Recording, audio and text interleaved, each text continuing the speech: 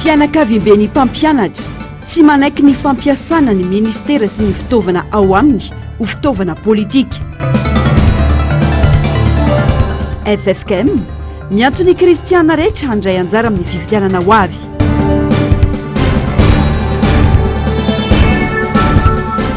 Fantrany eto Madagasikara ininy ny fanjakana volena hoy Serge Zafimaoro. Manatitra ny arabatomoklasy tongovavy tonga soindranao tanatin'izao fotoana ny fampalalam-baovao izao manasanao mpitiavana ny tenako anaraka ny antsipirim-baovao hatramin'ny farany. Vaovao ny politika avy hatrany tsy misy antenaina raha ny vomiera maloha tena misana ny fifidianana na ny CENI sy ny fisarana avy momba ny lalam-panorenana na ny HCC raha ny fifidianana noresaina hoy Serge Zafimaoro androany mila mametraka paikady vaovao ny antoko mivondrona ao anatin'ny fanoherana mba ahafahana izy ireo manatratra ny tanjona hoy ny fanazavany. Tato-baovao ny Germaine Menjanary eo amin'ny sariny Andry Rakotomalala. Ho mafy ny zavatra hitranga eto amin'ny firenena ary aina ny fisiana korontana aoriny ny fifidianana io. Ny vomiera maleo tena misana ny fifidianana na tena ikanirina manko no tozary mampivandravandra ankehitriny. Tsy vaovao ny zavatra miantra amin'ireo kandida atolotry ny fanoherana satria efa iarahan-drehetra mahita ny fiasan'ny CENI sy ny HCC eto amintsika fa baiko ny fanjakana foibe. Misy fetrany anefa io faefana io ary amin'izay fotoana izay no ahina mafy ny mety ofisina valifaty hitranga eto amin'ny firenena ary tsy maintsy iseho eto amin'ny firenena izany raha ny fanaparam-pahefana ataon'ny fitondrana sy ireo pomba azy ankehitriny io. Dia ataontsika hoe mafimafy le izy raha fijery amin'ny ankapobeny. Mafimafy azy aza dino zany fa ny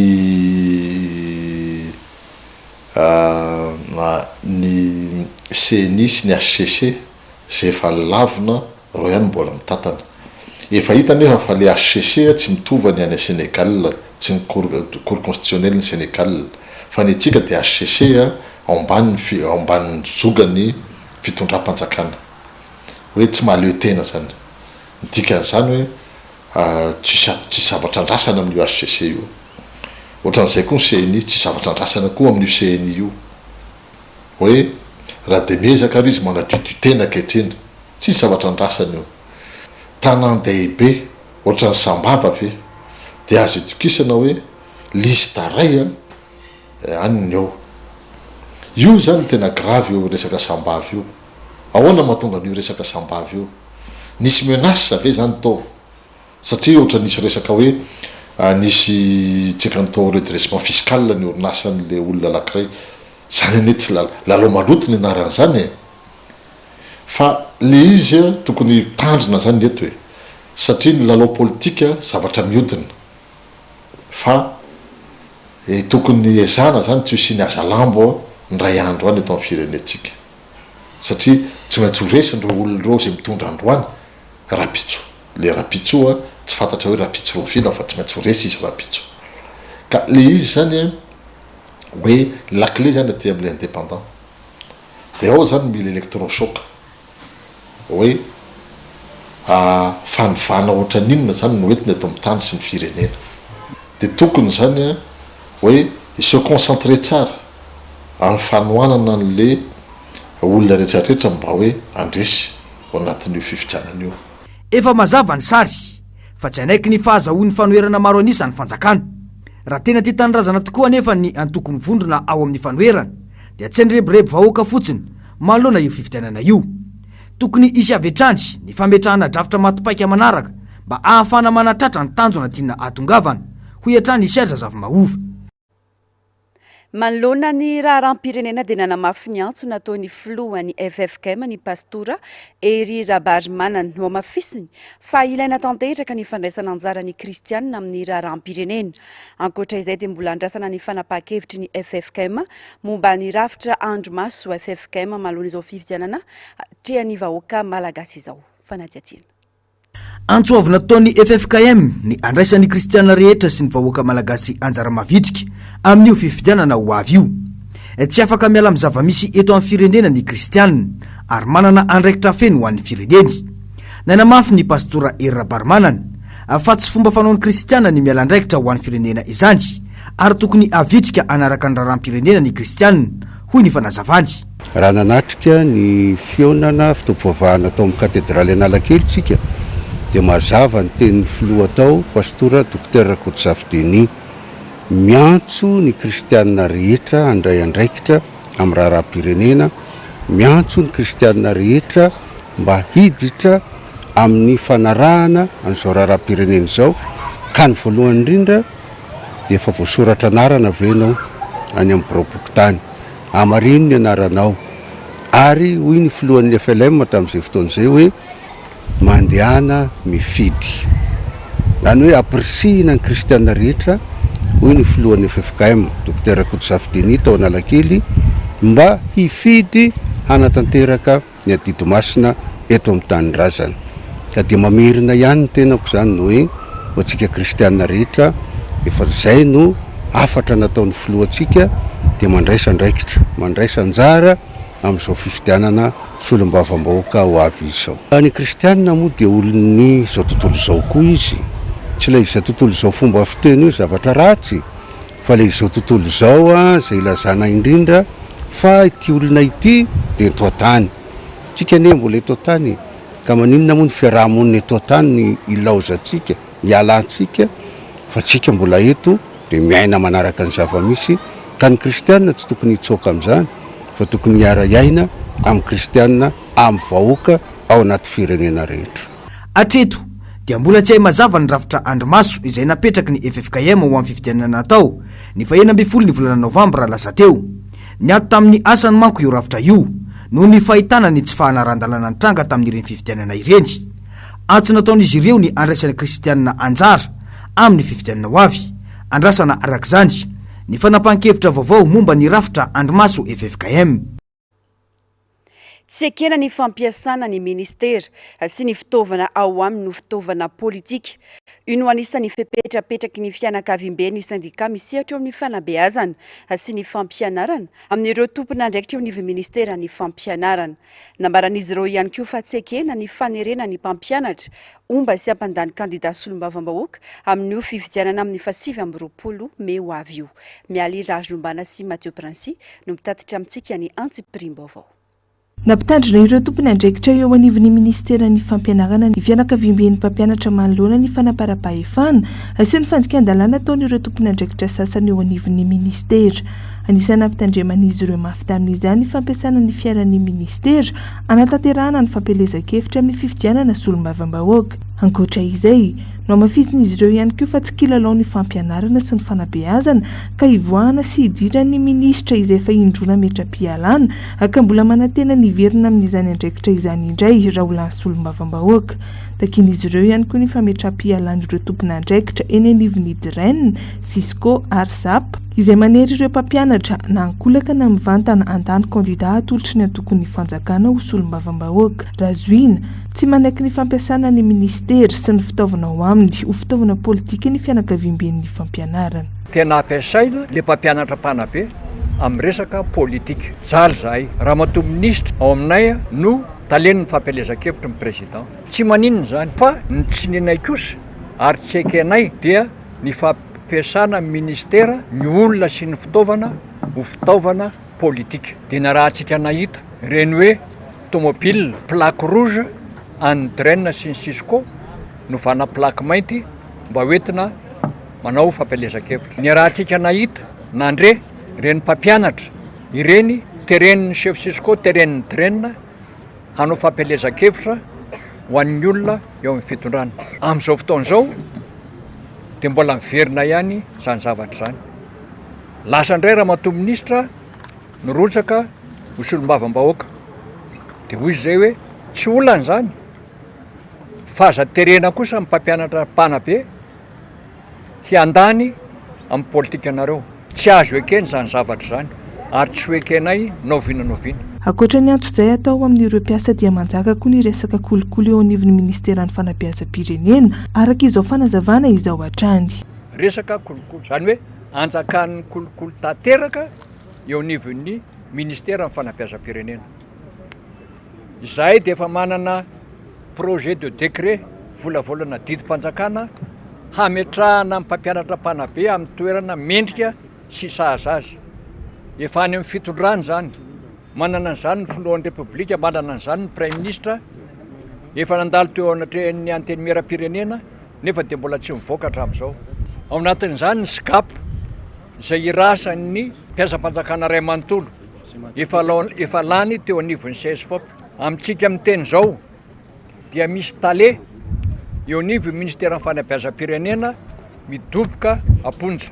Ahoana no anekenay lehiben'ny syndicat namanay eo anivon'ny fampianarana ambaratonga ambony no saziana amena sazy miantona nefa mba maneho ny heviny amin'ny maha-olona manam-pahaizana azy eto amin'ny firenena. Raha miantso-dray rehetra sy ny fanenjehana maro isan-karazany atao anivon'ny mpampianatra mpanabe eo anivon'ny fanabeazam-pirenena eo anivon'ny fampianarana dia tsy ho voatanisa, tsy mandeha araka ny tokony ho izy tsony ny fitantanana ny firenena. Ankoatra ny tsy fanekena ny fampiasana ny ministera sy ny fitaovana ao aminy ho fitaovana politika, anisan'ny fitakian'ny fianakaviam-ben'ny sindika misehatra eo amin'ny fanabeazana ihany koa any tsy fanekena ny kolikoly avolenta atao eo anivon'ny ministera, ny fametrahana rafim-panabeazana sy fampianarana petatoko sy kitoatoa ary ny tsy fanomezan-danja ny mpiasa sy ny fampanantenana pokaty atao amin'ireo mpiasa.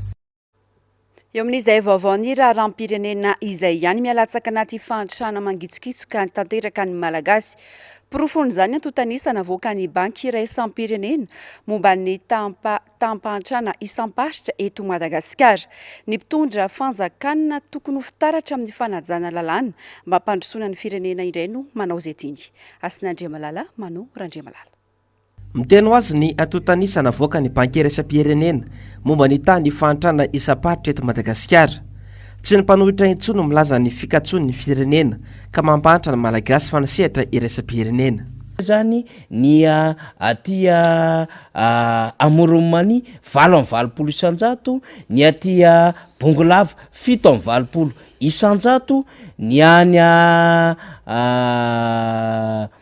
Betsiboka 4 isanjato, dia 7 isanjato mitovy ho an'ny etsy Iorombe, Atsimo Atsinanana, Anosy sy Otomatsiatra zany 7 isanjato sy mitovy zany ho an'ny Atsimo Andrefana sy Menabe. Saika amin'ny akapobeany zany dia iny faritra manomboka ery Amoromani mandra-pahatonga zany any amin'ny faritra farany atsimo indrindra any Anosy zany dia voasokajy fa tena mahantra indrindra. Eo ihany ray zany raha ohatra ka raisina zany ny atia raha raisitsika zany ny atia amin'ny faritra Nalamanga misy any ambony be ny any Bongolava 7 isanjato, fa raha Nalamanga ny any Melaky, Boeny, Vakinakaratra, Itasy, mitoy makatia Nalanjorofo, Sofia, Sava, Diana zany dia manodidina ny 50-70 isanjato eo avokoa zany ny zavatra iainana amin'izao fotoana izao. Anisan'ny mampahatra antsika ny fanitsakitsahany mpitondra lalàna toy ny fanaparam-pahefana eo anivon'ny anteny miera-pirenena ka nanesorana ankitsirano ny lehibe ny arifenitra ao amin'ity androm-panjakana ity. Zany hoe rehefa narahanyireo lalàn'ireo dia tsy nisy fotoana mihitsy na kely aza tsy nisy iny ny filohan'ny anteny miera-pirenena tao, tsy nisy ny olona ny tanany andraikitra ny filohan'ny anteny miera-pirenena. Zany hoe tsy nisy koa ny fanomezana alalana filoha-lefitra hafa hisolo-toerana. Ny fanendrena tompon'andraikitra ambony eo anivon'ny anteny miera-pirenena dia voalaza ny 9/30 ao amin'io fitsipika anatin'io ihany fa fahefan'ny filohan'ny anteny miera-pirenena. Raha dika dia zao azy irery ihany le fahefana fa tsy an'olo-kafa. Ary raha dika ihany koa lay fanendrena, lay laza hoe fanendrena filoha-lefitra dia midika zay fa mahakitika ny fanafonana fahendrena koa zay fahefana izay. Fa tsy hoe ny filohan'ny anteny miera-pirenena manendry dia olona hafa riananina ry no anafoana n'ilay fanendrena. Lojika faran'izay madinika zany resahako zany. Ny fandarana miara-manonja moa dia arahinao isan'andro ny alatsinainy hatramin'ny zoma manomboka amin'ny iray ora. indray-mbavy eo amin'ny vaovaon'ny fifidianana ny larana fahatelo amin'ny bileta tokana ao amin'ny boriboritany fahadimy ifetra rahalamozafy milolona kandida natolotry ny vovonana firaisan-kina ny tenany kandida tsara toerana amin'ny boriboritany fahadimy ifetra rahalamozafy fa tsara ny fiara miasa teo aminy sy teo amin'ny biro maharitry ny anteny-mihera sy ireo solom-bavambahoaka ary tsy nisy ny raorao na dia samy nanana ny firehan-keviny ara-politika aza ny tsirairay nanamafy ny tenany nandritra ny famindram-pahefana teo aminy sy ny filobosolo toerana Jean-Jacques Rabenirina fa ny anteny-meram-pirenena no hoany androm-panjakana nipetrahan'ny fitokisany rehetra ankoatra ny fitsofan-drano nanentana ireo mpikambana rehetra eo anivony ity androm-panjakana ity sy ireo solom-bavambahoaka ny tenany mba handefitra hatrany sy hijoro amin'ny fahamarinana ho tombontsoany ny firenena. Ny androm-panjakana ny anteny-meram-pirenena dia androm-panjakana hany anisan'ny petrahany fitokisany rehetra satria teto amintsika ny anteny-meram-pirenena tena nandratra avy mandrakariva ny fanajana ny atao hoe maro andisa. Koa dia mitsodrano anao aho Monsieur le Président de l'Assemblée nationale Rabenirina Jean-Jacques Mahaleova Mahalasana mitodika aminareo namana rao maharitra Mahaleova Mahalasana tsara ny fiarah-miasa tsika tsy misy iraorao nampisehoana tato amin'ny anteny-meram-pirenena izany hoe fanajana ny hevitry ny rehetra izany tsy ary hitovy hevitra daholo fa mijoro amin'ny heviny ny solom-bavambahoaka koa mijoroa mandrakariva hitandro ny voninahiny ianareo tandrovo mandrakariva io fankatiavana io ary aoka ho sary-piara amin'ny fahamarinana ianareo sy ny filaminana ny fifanajana ary ny fandeferana fa ny mandefitra tompoko dia tsy mba maty. Ankoatra izay manakambara manoloana ny noty ny paritaka tany anaty tambazotra tserasera mikasika ny fanesorana ny lehiben'ny arofenitra amin'ny anteny-meram-pirenena izay tsy sonihany ny filobosolo toerana eo anivony ity androm-panjakana ity. Ny fanapahan-kevitra rehetra dia tsy maintsy tapahana eo anivony fivorian'ny bureau permanent. Raha ny fitantanana mahakasika ny fiainan'ny Assemblée nationale hoe mahakasika ny député ny fivoriana ny fanapahan-kevitra fandanina lalàna dia izay sehatra eo ny bureau permanent mivory mametraka ny ordre du jour arakaraka izay lahadinika dia mivory ny conférence des présidents dia any amin'ny plénière no mamarana azy izay ny fahefana faratampony eto anivon'ity androm-panjakana ity tsy misy mahazo manao somia ivelany filohany Assemblée nationale izahay vice-président raha tsy eo izy dia misy noty apetrany hoe tsy eo totoerana mandritra ny fotoana de telle date dia vice-président raha ihany zay afaka no misolo toerana azy voafetra koa zay fotoana zay ny fanasoniavana akoatran'izay dia tsy manan-kery satria tsy mifanaraka amin'ny lalàna velona dia ny règlement intérieur ny Assemblée nationale. Marina moa fa irotsaka ho fidiana ho solom-bavambahoaka ao amin'ny distrika Ambatoa Finandrahana izay efa nahalany azy teo aloha i Christine Razanamahasoa. Pejiny toe-karenina kosa indray tsy antenaina ny fiarenana ny fiainan'ny vahoaka malagasy sy ny toe-karem-pirenena raha mbola ireo mpitondra amin'izao no mitantana ny firenena hiamafy ny fahantrana mahazo ny malagasy afaka 5 taona mazava ny antony Serge Zafimahova satria fahantrana inena volena ny antsika Germain Menjanary sy Andry Rakotomalala. Tsy misy ny fifampitokisana eo amin'ny vahoaka entina sy ny mpitondra, tsy misy ny fifampitokisana eo amin'ny mpitondra sy ny mpampiasa vola, tsy misy ny fifampitokisana eo amin'ny mpamatsy vola sy ny mpitondra. Tsy vita mora ireo fa miteraka olana ara-toe-karena mafy eto amin'ny firenena. Fahantrana ininy mpitondra volena no mahazo ny malagasy ankehitriny. Fototry ny olana ny fitondrana amin'izao fotoana hoy Serge Zafimahova. Raha tena hoe aitsika mandamina an'ilay firenena raha mahay mpitondra raha tokisan'ny olona mpitondra hoakanareo za anresaka gaz fotsiny gaz naturel. Mauritanie manana gaz naturel de 1400 mètres cubes 1400 mètres cubes. De namoaka ny FMI hoe am'ty taony ity Mauritanie mahita taux de croissance de 5,4%. De amin'ny herintaona satria efa miditra phase de production le gaz, Mauritanie mahita taux de croissance de 14,2%. Tsika nefa 167 trilliards de pieds cubes ny réserve gaz naturel tsika. Ozy ny USGS ny américanina miteny an'io zany. Tsara fantatrareo fa zany 167, quelque chose de trilliards zany manome 4735 milliards de mètres cubes. Zany hoe multiplié par 3 zany neny Mauritanie ny réserve ny gaz tsika. Dikan'izay hoe 15% de taux de croissance azo tsika na raha ny gaz fotsiny ary ny exploité tsika. Fa ny tsy fahaizany mpitondra ankehitriny mahatonga Madagasikara ao anaty fahantrana. Tsy fitanisana diplôma anaty CV fotsiny no fomba fitondrana firenena, fa diplôma araina traikefa ho iatrany Serge Zafimaova. Ny firenena toa anisina no mandrosa ankehitriny dia olona efa vokitraikefa no mitantana ny fireneny. Politika ny bizina no misy eto amintsika, koa tsy mahagaga raha mahantra ny vahoaka. Ny atsika nefa 4735 milliards de mètres cubes potentiellement en bassin Morondava. Ny USGS zany organe de géologie américaine, any fanjakana américaine fa tsy hoe zala miresaka any ambony tamboho ny sotra kory miteny an'izany. Le gaz fotsiny zay nresaka anareo teo zay matoa ny investisseur matanjaka tsisy tonga intsony satria tsy matoky ny fitondrana. Koa ny investissement eto ary korontaninao ny hoe Ambatovy alakiroany ny investissement minier ngeza be eto hoe Ambatovy sy QMM de korontaninao. Aiza moa ny isina fampatokisana ao anatin'izay.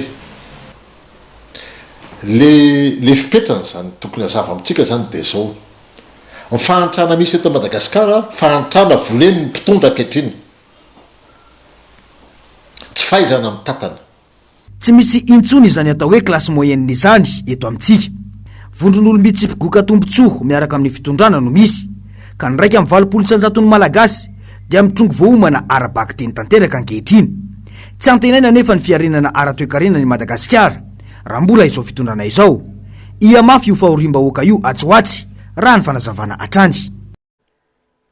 Tsy nahitam-pivoarana firy ny ady amin'ny kolokolo sy ny famotsim-bola teto Madagasikara na dia teo azy ireo ezaka goavana sy dingana natao ny komity mitandro ny fahitsiana na ny comité pour la sauvegarde de l'intégrité na ny CSI.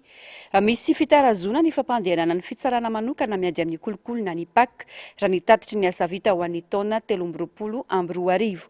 Mila mafisina ihany koa ny fahefany eo ampelantanana ireo rafitra miady amin'ny kolokolo hoy ny fanazavana. Asin'Andriamalala Manu Randriamalala. Misy fitarazoana eo amin'ny fampandehanana ny fitsarana manokana miady amin'ny kolikoly na ny PAC hoy ny CSI.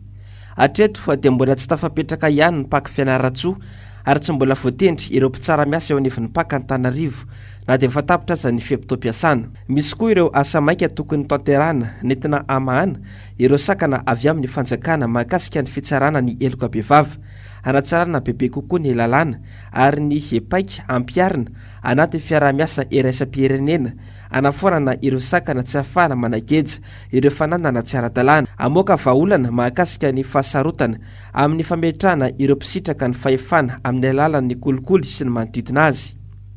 Mila amafisina ihany koa ny fahefana eo ampelantanan'ireo ratsanam-piady amin'ny kolikoly eto Madagasikara ahafahana mandray andraikitra avetrany amin'ireo tratra manao kolikoly. Ny kaikadym-pirenena zany antenena fa ho processus inclusif, transparent ary satria tena ilaina zany dia ny adhésion amin'ny fanjakana. Fanjakana reny tena tsy miadhere amin'le kaikady ankehitriny. Matoa izy tsy miasa aingana amin'ny fampiarana ny lalàna izay laniny. Raha tsika nahita faharoa taona voalany ny lalàna mikasika ny recouvrement des avoirs tena tsy tafavoaky raha atao amin'ny parlement parce que misy natao ordonnance présidentielle dia avy eo nefany a dia ela be vao mivoaka ny décret ela be vao mivoaka ny budget sy ny ohatran'izany. Donc c'est une chose d'adopter les lois et les décrets, c'est une autre d'opérationnaliser la lutte contre la corruption. Ary ny zay moa sy organe de répression tsy manana fahefana hanao décret tsy manana fahefana hanao lalàna. Izy io misakana amin'ny zavatra be dia be ho resahantsika efa niresahantsika teto ny resaka autorisation de poursuite. Ary zara dia manao antso avy tokony hisorona ny mise en accusation au niveau du parlement ou en lieu de cour de justice. Zavatra ohatran'izany. Fa mila ireo izay manao décret sy manao lalàna andehanjara amin'izay zavatra. Raha ny resaka ady amin'ny kolikoly eto Madagasikara no asian-teny dia tsy tantaratra loatra izany. Ary nambarany CSI fa tsy nahita miboaka amin'ny firy no ireo sakana voalaza teo aloha. Mbana loatra ihany koa ny valifaty politika ka mialokaloka ao anatin'ny ady amin'ny kolikoly ny rafitra natokana hiady amin'izany. Eo ihany koa ny hoe tsy misy tena tompon'antoka vaventy tratra amin'ireo kolikoly avolenta fa ireo trondro madinika araka ny fomba fiteny ihany no iara-lalàna. Vavaony sosialy kosa indray malagasy 420 tapitrisa mahery no voasokajy zomanitra indrindra raha natotanisana avoaka ny banky iraisam-pirenena izany hoe tsy manana 7,000 ariary isan'andro akory. Miankina amin'ny vola miditra nefa no hinanana ary tsy feno intsony ny sakafo intelo isan'andro araka nambaran'ireo mpivarotra teny amin'ny tsena ny Talatamaty androany vitsy ireo mpividy raha oharina amin'ireo mpivarotra ka tsy misy ny tsena. Ny tsy fisinasa ny fasahirana nefa metraika amin'ny ady volany isan-tokantrano no antony izany araka izao fanadihadiana nataony Mialy Razonombana sy Mathieu Prince izao.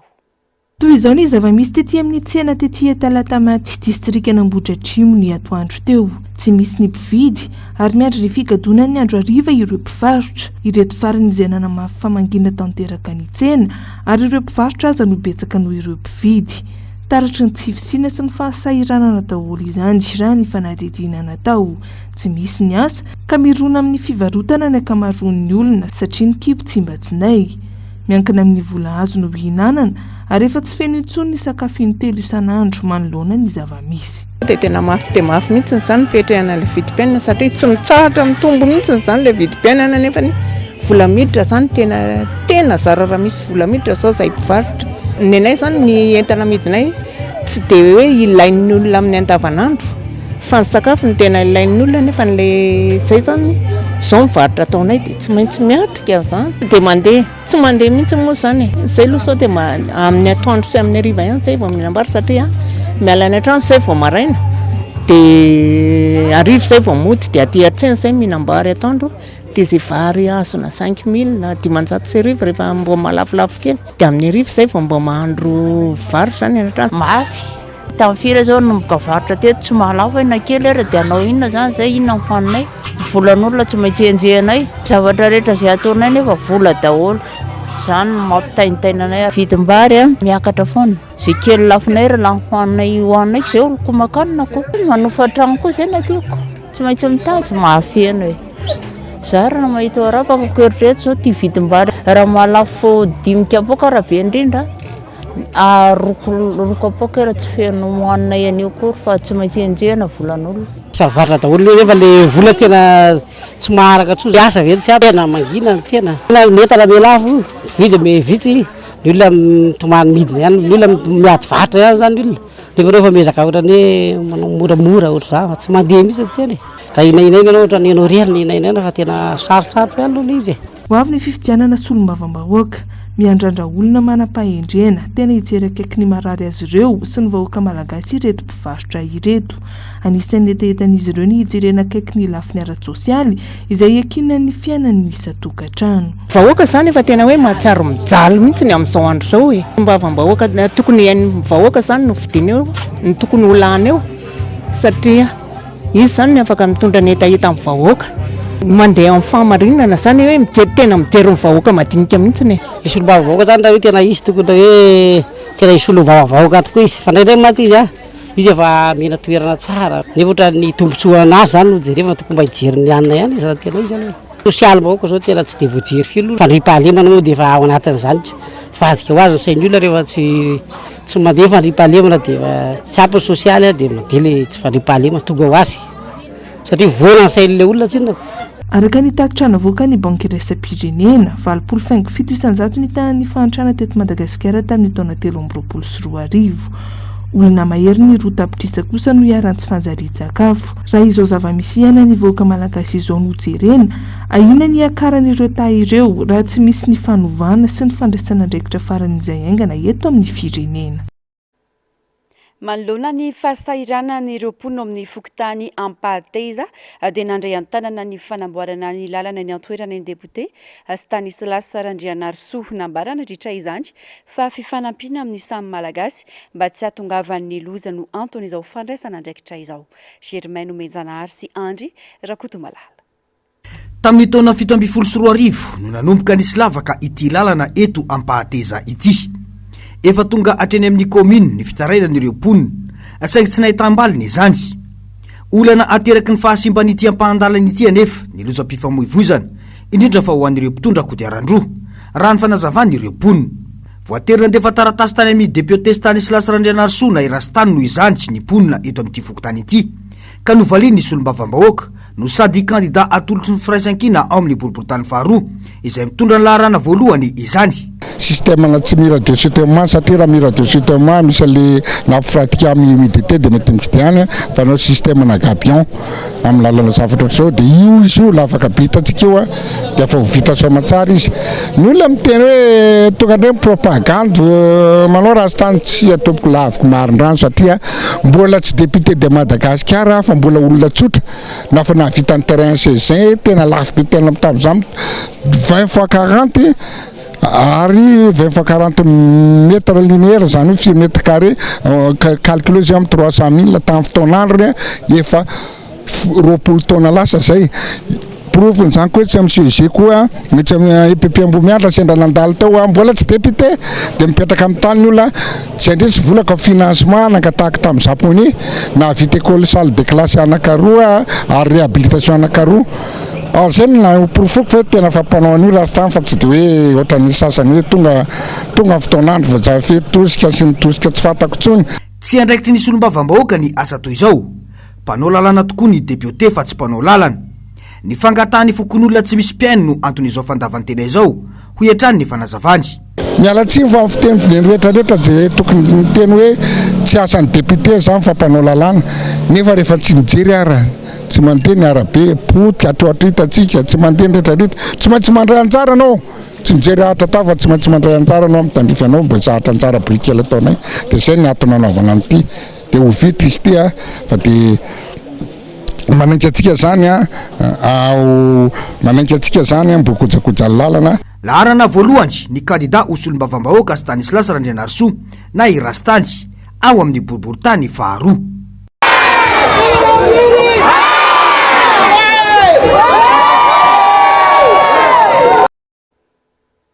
Pejiny finoana kosa indray sokatra ny sabotsy ho avy izao ny fankalazana ny jobily fisotrondro nono ny pastora ery Mandimby Rabary manana mivady ho an'ny FLM 17 hektara. Ankoatra ny fandraisana anjara ankira ho an'ireo tanora manomboka amin'io sabotsy io dia isy ihany koa ny fifaninanana ara-panatanjahantena izay andraisan'ireo tanora manerana ny synodam-paritany anjara. Germaine Menjanahary, Andry Rakotomalala. Nanomboka ny taona 2017 no ny andraikitra asa mahampitsabo teo anivo ny toeram-pitsaboana loterana voahositra ho pastora nanomboka ny taona 2020 ny pastora Ery Mandimby Rabary manana izay pastora miasa eo anivo ny fiangonana loterana malagasy 17 hektara andeha hisotro ronono ny tena ny ankehitriny ka manomana ny jobily fisotroany ronono ny fiangonana etsy 67 hektara manomboka ny sabotsy 20 sy ny alahady 1 avrily izao. Nandray andraikitra tany amin'ny Braony fiangonana teny Ambatovinaky dia nandray andraikitra mahataleny hôpitaly teny Ambobao niverina ny asa pastora teny Ambatovinaky tany amin'ny FLM Malavolona ary izao mahamarana eto amin'ny FLM 67 hektara ka misy hetsika izay atao zany amin'ny sabotsy lahady izao fanokafana an'izany fankalazana izany. Sabotsy izao tolakandro amroa dia ny tanora rehetra pira ato amin'ny fiangonana no manao antsa ato amin'ity fiangonana ity fa ny alahady kosa amin'ny enina sasany sy amin'ny folo sasany misy ny fankasitrahana sy fankalazana an'Andriamanitra no zany taona nomeny anay izany ka amin'ny folo sasany zany ny alahady 1 aprily io no iantsona ny olona rehetra zay niara-ny asa mifankalala fa isaotra an'Andriamanitra sika anokatra izany jobily fankasitrahana no ny asa zay natao teto izany. Ny jobily moa dia sokafana amin'ny alahady 1 aprily io fa ny ivony dia mbola atao amin'ny 12 septambra ary hofaranana amin'ny 30 volana marsa amin'ny herintaona. Isy ny fifaninanana ara-panatanjahantena izay karakaraina mandritra ny fitaoam-pakalazana raha ny fanazavana atrandy. Anomboka io fifaninanana io isam-pitandremana ary etsy amin'ny kianjan'ny Mahamasina no anatanterahana ny lalao famaranana amin'izany. Ny fanatanjahantena moa hatreto zany dia ny any amin'ny fitandremana tsirairay no mandray anjara. Izany hoe misy tournoi zany izy io atomboka any amin'ny fitandremana any dia ny fikasana dia eo amin'ny kianjaben'ny Mahamasina no anaovana ny famaranana any amin'ny volana oktobra any. Ka eo amin'izany ny mpitondra fanjakana sy ny mpitondra fivavahana mba any amin'ny football indray no ahitana hoe iza no mahery amin'izany. Dia mbola eo amin'izany koa ny mpanao gazety sy ireo ataontsika hoe gloire n'ity Madagasikara ty tamin'ny football na ny Scorpion moa zany na ny Club M zany na ireny mbola afaka milalao reny.